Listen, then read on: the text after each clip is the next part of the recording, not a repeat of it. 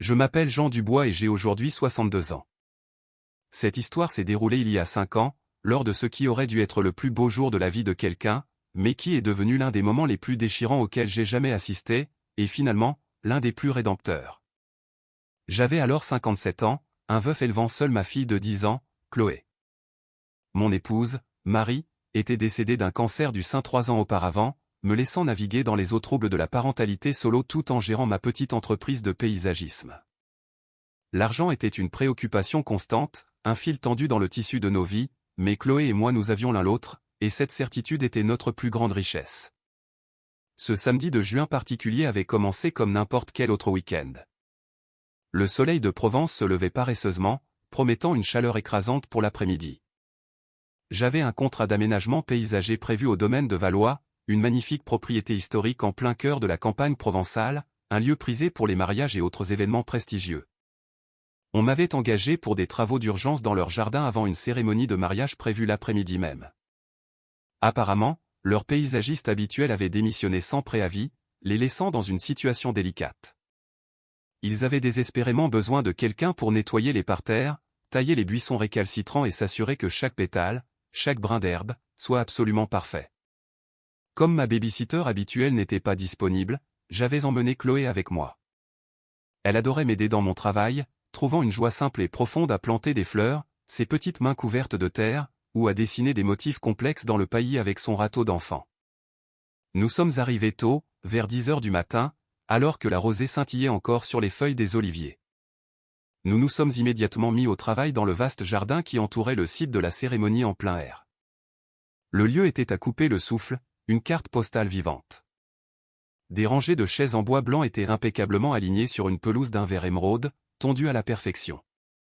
Une arche de mariage blanche, en fer forgé, était presque entièrement recouverte de rosiers grimpants dont les fleurs exhalaient un parfum sucré et délicat. Des pétales de rose de couleur crème jonchaient le sol, traçant un chemin sacré vers l'autel.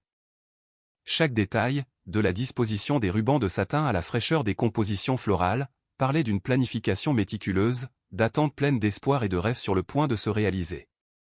Le chant des cigales commençait à peine à s'élever, promesse d'une journée longue et chaude. Pendant que nous nous affairions, arrachant les mauvaises herbes et redessinant les bordures des massifs de lavande, les membres de la noce commencèrent à arriver par petits groupes. J'ai d'abord remarqué le marié, un homme grand, au début de la trentaine, vêtu d'un polo rouge vif impeccable et d'un pantalon sombre. Il était clairement là pour une dernière répétition ou pour superviser les derniers préparatifs.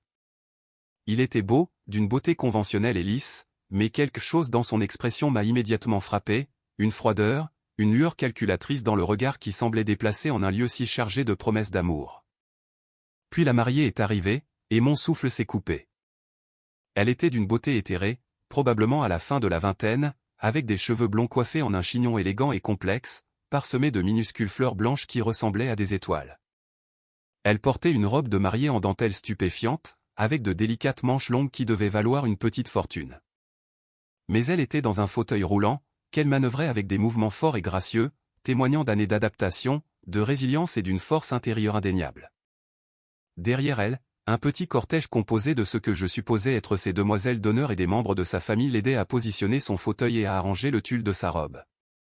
Une jeune fille, peut-être âgée de 8 ou 9 ans, marchait à ses côtés, adorable dans une robe de demoiselle d'honneur rose poudrée. J'apprendrai plus tard que c'était sa fille. Je me suis efforcé de ne pas la dévisager, me concentrant sur la taille d'un rosier tout en jetant des regards furtifs aux préparatifs. Chloé, avec la curiosité sans filtre propre aux enfants, observait la scène ouvertement, les yeux écarquillés. « Papa, la mariée est si jolie », me chuchota-t-elle, sa voix pleine d'admiration. « Mais pourquoi elle est dans un fauteuil roulant ?»« Je ne sais pas, ma chérie. Mais ce n'est pas ce qui est important. Ce qui compte, c'est qu'elle va se marier et qu'elle est heureuse. » Sauf qu'elle n'avait pas l'air entièrement heureuse. Même à distance, je pouvais percevoir une tension sur son visage, une ombre d'inquiétude dans la façon dont elle jetait constamment des coups d'œil au marié, qui, lui, était absorbé par une conversation téléphonique intense, l'ignorant presque totalement. Au fil de la matinée, alors que la chaleur montait, je ne pouvais m'empêcher de surprendre des bribes de conversation. Le domaine n'était pas si grand, et les voix, portées par la brise légère, traversaient le jardin. Je n'arrive toujours pas à croire que Léo aille jusqu'au bout, entendis-je un témoin dire à un autre, leur voix basse mais distincte. Épouser quelqu'un en fauteuil roulant? C'est une condamnation à perpétuité. L'autre répondit avec un ricanement cynique, j'ai entendu dire qu'il le faisait pour l'argent de sa famille. Son père est richissime. Léo est à l'abri pour le reste de ses jours s'il arrive à tenir le coup. Une colère sourde monta dans ma poitrine, chaude et amère. Ces gens parlaient de la marier comme si elle était un fardeau, un sacrifice à consentir, une chose à endurer plutôt qu'une personne à chérir et à célébrer. Vers midi, toute la noce s'était rassemblée pour ce qui semblait être une dernière répétition générale. La mariée, Manon, était positionnée au début de l'allée dans son fauteuil roulant, son visage un mélange complexe de rayonnement et de nervosité. La petite fille aux fleurs, sa fille, se tenait à ses côtés, serrant un petit panier rempli de pétales. C'est à ce moment précis que tout s'est effondré. Le marié, Léo, s'est approché de l'endroit où Manon était assise. Au lieu d'un geste tendre ou rassurant, son langage corporel était tendu, presque agressif. Leur voix était basse au début, un murmure urgent et discordant dans l'harmonie du jardin, mais elles ont progressivement enflé jusqu'à ce que moi, et toutes les autres personnes présentes, puissions les entendre clairement. « Je ne peux pas faire ça, Manon, » dit Léo, sa voix tranchante comme du verre brisé. « Je pensais que je pouvais, mais je ne peux pas. Je ne peux pas passer ma vie avec quelqu'un qui ne peut même pas descendre l'allée correctement.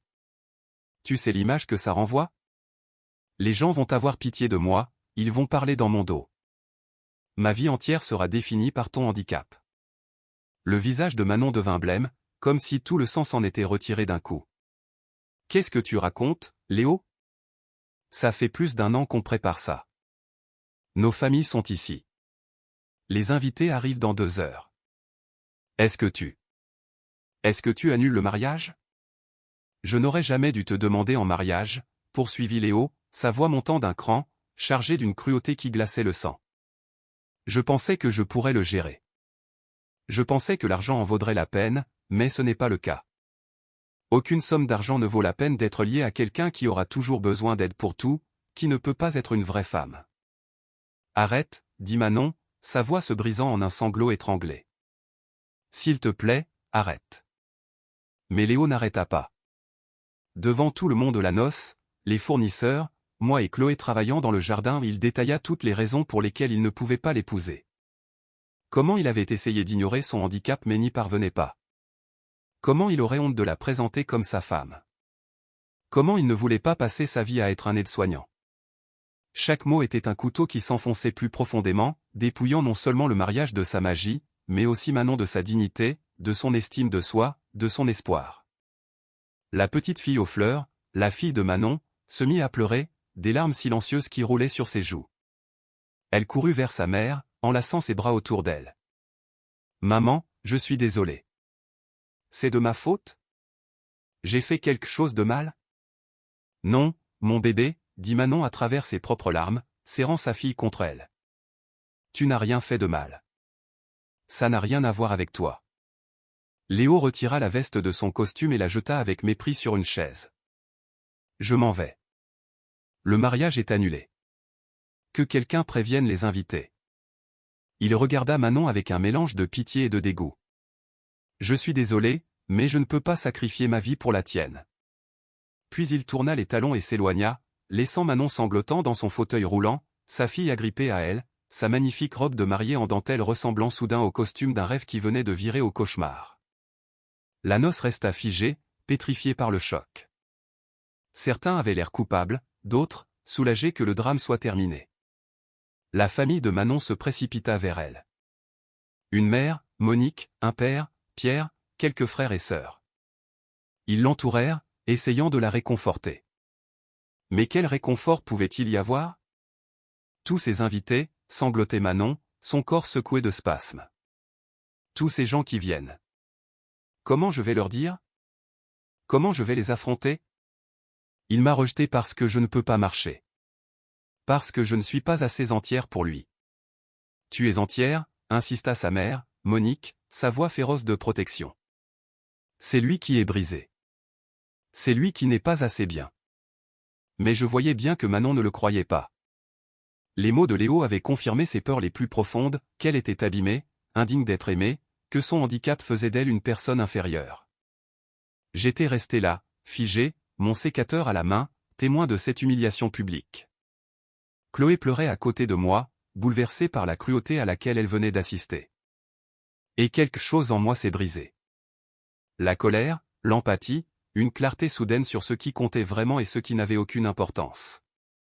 Avant de pouvoir y réfléchir, avant de pouvoir me raisonner, j'ai traversé la pelouse en direction de Manon et de sa famille.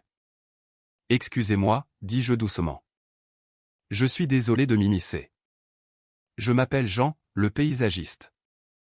Je n'ai pas pu m'empêcher d'entendre ce qui s'est passé, et j'aimerais dire quelque chose, si vous le permettez. » Manon leva les yeux vers moi, des larmes coulant sur son visage, confuse de voir le paysagiste s'approcher d'elle au milieu de sa crise. « Madame, je ne vous connais pas. J'ai travaillé dans ces jardins toute la matinée. Et je vous ai observé vous préparer pour votre mariage. Je vous ai vu avec votre fille. J'ai vu à quel point vous êtes douce avec tout le monde autour de vous. Votre patience, votre grâce. Et je veux que vous sachiez que ce qui vient de se passer, les mots de cet homme, son rejet. Ils ne disent rien sur vous, mais tout sur lui. Vous ne comprenez pas, dit Manon, sa voix rauque. Il a raison.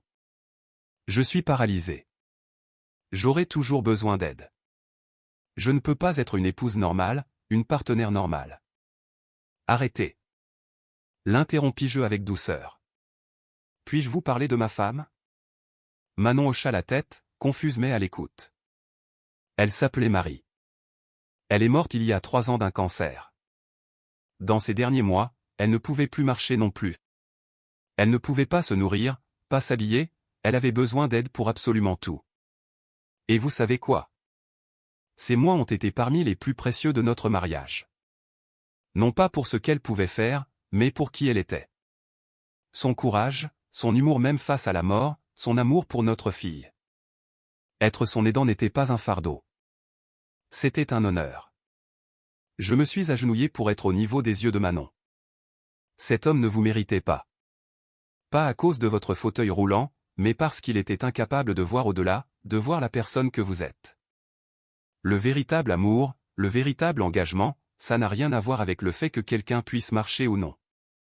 C'est une question de caractère, de bonté, de courage. Toutes ces choses que vous avez de toute évidence et dont il est clairement dépourvu. Manon pleurait plus fort maintenant, mais différemment. Non plus des larmes d'humiliation, mais des larmes de reconnaissance, de se sentir vue, valorisée. Sa fille, Léa, tira sur ma manche. « Tu vas te marier avec ma maman, alors ?» La question était si innocente, si pleine d'espoir, qu'elle brisa la tension. Quelques personnes rirent doucement, et je souris à la petite fille. « Ça ne marche pas comme ça, ma puce. Ta maman mérite quelqu'un qui l'aimera complètement, qui la verra pour qui elle est vraiment. La personne d'aujourd'hui n'était tout simplement pas la bonne. » Je me suis relevé et j'ai regardé la famille de Manon. « Si je peux me permettre une suggestion, n'annulez pas la fête. Changez-la. Transformez-la quand même en une célébration. Une célébration de Manon, de la famille, de l'amour qui compte vraiment. Vous avez tous ces invités qui viennent, toute cette belle préparation. Pourquoi laisser la cruauté d'un lâche gâcher quelque chose qui pourrait encore avoir un sens ?»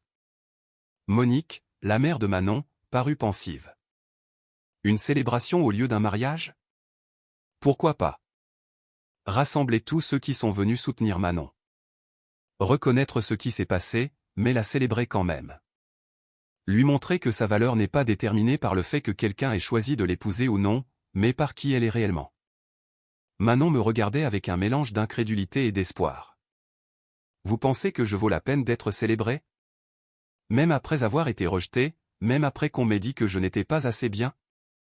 Je pense que vous valez la peine d'être célébré, surtout après ça. Parce que vous êtes toujours là, vous vous battez toujours. Vous aimez toujours votre fille et votre famille. Cela demande plus de courage que la plupart des gens n'en auront jamais besoin.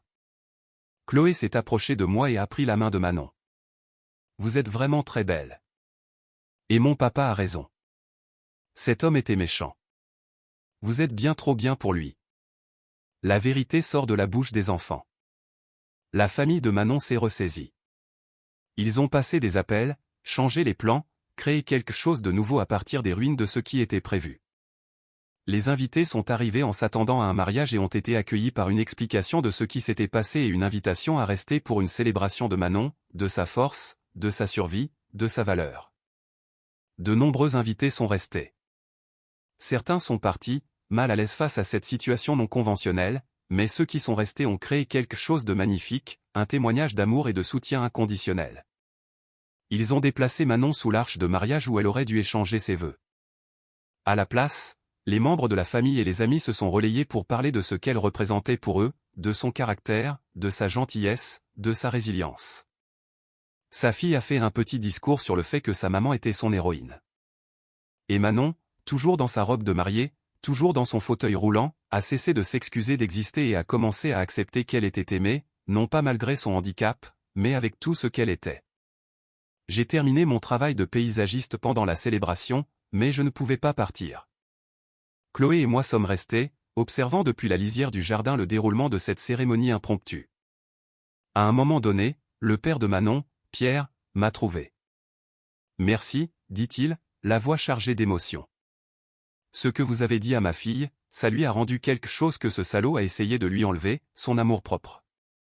Je lui ai juste dit la vérité, ai-je répondu. Vous avez fait plus que ça. Vous l'avez vu. Vraiment vu. C'est tout ce que nous voulons tous, n'est-ce pas? Être vus pour qui nous sommes vraiment. » Avant de partir ce soir-là, Manon s'est approchée en fauteuil roulant de l'endroit où Chloé et moi rangions nos outils. Elle avait l'air épuisée, mais plus en paix qu'elle ne l'avait été plus tôt. « Jean, merci. Je ne sais pas pourquoi vous avez pris la parole aujourd'hui, mais vous l'avez fait. Et ça a changé quelque chose pour moi. Vous m'avez aidé à voir qu'aujourd'hui, il ne s'agit pas de ce que j'ai perdu. Il s'agit de reconnaître ce que j'ai toujours eu, de la valeur, de la dignité, de l'amour. De rien. Et pour ce que ça vaut, quiconque finira dans votre vie à l'avenir aura beaucoup de chance. » Elle sourit, un vrai sourire qui illumina son visage fatigué. « Ma fille m'a demandé si vous étiez célibataire. Elle a décidé que vous devriez être mon nouveau petit ami puisque vous avez été gentil avec moi. » J'ai ri. Elle ressemble à ma fille qui essaie toujours de me trouver une nouvelle femme. Mais votre fille a raison sur une chose. Vous méritez quelqu'un qui sera sincèrement gentil avec vous, qui vous verra entièrement. Peut-être un jour, dit doucement Manon. Mais d'abord, j'ai besoin de me voir entièrement moi-même, de ne plus m'excuser d'exister, de ne plus me sentir comme un fardeau. Aujourd'hui m'a aidé en cela. C'était il y a 5 ans. Manon et moi sommes restés en contact. D'abord en tant qu'amis, partageant nos expériences de perte et de résilience, puis en tant que quelque chose de plus. Nous avons pris notre temps, prudemment, ayant tous les deux traversé suffisamment d'épreuves pour ne pas nous précipiter. Elle m'a parlé de l'accident qui l'avait paralysé 7 ans plus tôt, de la reconstruction de sa vie, de ses craintes de n'être jamais aimée à cause de son fauteuil roulant. Je lui ai parlé de la perte de Marie, de l'apprentissage d'être à la fois père et mère pour Chloé, de mes propres peurs de rester seule pour toujours. 2 ans après ce jour de mariage raté, Manon et moi nous sommes mariés. Pas au domaine de Valois, aucun de nous ne voulait de cette association, mais lors d'une petite cérémonie dans un jardin, avec seulement nos familles et nos amis les plus proches. Chloé était la demoiselle d'honneur et la fille de Manon, Léa, était le témoin. Le père de Manon, Pierre, a marché à côté de son fauteuil roulant dans l'allée. Et lorsque nous avons échangé nos vœux, il n'y avait pas un œil sec dans l'assemblée. « Je promets de te voir », ai-je dit en lui tenant les mains. « Entièrement, y compris les parties de toi que tu as parfois du mal à accepter. Je promets de t'aimer, non pas malgré ton fauteuil roulant, mais tel que tu es, complètement, fauteuil roulant inclus. Et je promets de construire une vie avec toi qui honore nos passés tout en embrassant notre avenir. » Les vœux de Manon à mon égard étaient tout aussi émouvants, promettant de me faire confiance avec sa vulnérabilité, de se laisser aimer, de construire une famille avec moi et nos filles. Nous sommes mariés depuis 3 ans maintenant.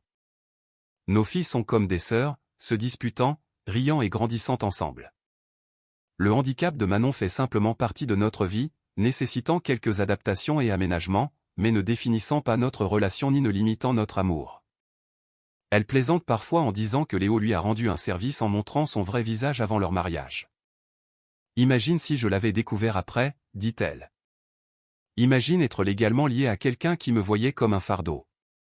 Mais je sais que ce jour-là hante encore parfois, l'humiliation publique, les mots cruels, la façon dont ses pires craintes ont été confirmées devant tout le monde. Nous avons surmonté cela ensemble, avec une thérapie, de la patience et la preuve quotidienne que l'amour peut exister au-delà des conditions et des exigences. Chloé a 15 ans maintenant, et la fille de Manon, Léa, en a 14. Elles lèvent toutes les deux les yeux au ciel quand nous racontons l'histoire de notre rencontre, insistant sur le fait que c'est soit la rencontre la plus romantique, soit la plus traumatisante de tous les temps, selon leur humeur. C'est romantique que papa ait défendu maman, dit Léa. Mais c'est traumatisant que ça ait dû se passer comme ça. Elle n'a pas tort. Je pense souvent à ce jour. À un lâche qui ne pouvait pas voir au-delà d'un fauteuil roulant la femme extraordinaire qu'il utilisait. À une belle mariée dans une robe en dentelle, humiliée et brisée. Au choix que j'ai fait de prendre la parole alors que le silence aurait été plus facile. Je n'ai rien fait de particulièrement héroïque. J'ai juste dit la vérité, que Manon valait la peine d'être célébrée, que son handicap ne diminuait pas sa valeur, qu'elle méritait l'amour et le respect exactement telle qu'elle était. Mais parfois, dire la vérité est héroïque, surtout quand cela contredit les mensonges que les gens ont intériorisés sur leur propre valeur. Manon a maintenant une carrière réussie en tant qu'experte en accessibilité, aidant les entreprises et les lieux publics à devenir plus inclusifs. Elle utilise son expérience pour défendre les personnes handicapées, pour remettre en question les préjugés sur la valeur et les capacités. Je n'aurais pas pu faire ça avant, m'a-t-elle dit récemment. Avant ce jour horrible et ta gentillesse inattendue. Je m'excusais encore d'exister, j'essayais toujours d'être aussi normal que possible pour que les gens m'acceptent. Maintenant, je sais que ma valeur n'est pas conditionnelle. Elle est, tout simplement. C'est ce que j'espère que les gens retiendront de notre histoire. Que la valeur n'est pas conditionnelle à la capacité, à l'apparence ou à toute autre mesure externe. Que l'amour, le vrai, voit la personne dans son intégralité et la valorise complètement. Que parfois, les pires moments de nos vies nous préparent au meilleur. Non pas parce que le traumatisme était bon, mais parce que la façon dont nous y répondons peut nous transformer. Léo a fait une chose terrible à Manon ce jour de juin il y a 5 ans. Mais il a aussi, par inadvertance, révélé sa vraie nature avant qu'elle ne soit légalement liée à lui, avant qu'elle n'ait perdu d'autres années avec quelqu'un d'incapable de voir sa valeur. Et sa cruauté a créé une ouverture pour quelque chose de mieux, de réel, de durable. Je ne suis pas reconnaissant qu'il l'ait blessée, mais je suis reconnaissant que dans sa douleur, elle ait été ouverte à entendre la vérité d'une source inattendue. Un paysagiste agenouillé dans l'herbe, lui disant qu'elle valait la peine d'être célébrée, même dans les ruines de son mariage raté. Parce qu'elle valait la peine d'être célébrée. Elle vaut la peine d'être célébrée. Et chaque jour, j'ai la chance de lui montrer cette vérité. De l'aimer complètement. De construire une vie qui honore tout ce qu'elle est. C'est ce que ce lâche n'a pas pu voir et n'a pas pu faire. Et c'est pourquoi il est passé à côté de l'une des femmes les plus extraordinaires que j'ai jamais connues. Sa perte, mon gain incroyable, et finalement, la victoire de Manon. Apprendre que sa valeur n'a jamais dépendu de sa reconnaissance, qu'elle a toujours été suffisante. Que le véritable amour la trouverait quand elle serait prête à le recevoir. Parfois, l'acte le plus impensable n'est ni grand ni spectaculaire. Parfois, il s'agit simplement de dire la vérité à quelqu'un qui a désespérément besoin de l'entendre. D'offrir la dignité quand elle a été arrachée. De voir la valeur là où d'autres ne voient que la limitation. C'est ce que j'ai fait ce jour-là. Et cela a tout changé pour Manon, pour moi, pour nos filles, pour la famille que nous avons construite ensemble à partir des morceaux brisés de nos passés distincts. C'est le pouvoir de choisir la bonté dans les moments de cruauté, d'offrir la vérité face aux mensonges, de voir les gens, de vraiment les voir, pour ce qu'ils sont vraiment. Et ça, j'ai appris que ça valait la peine d'être célébré. Aujourd'hui et chaque jour.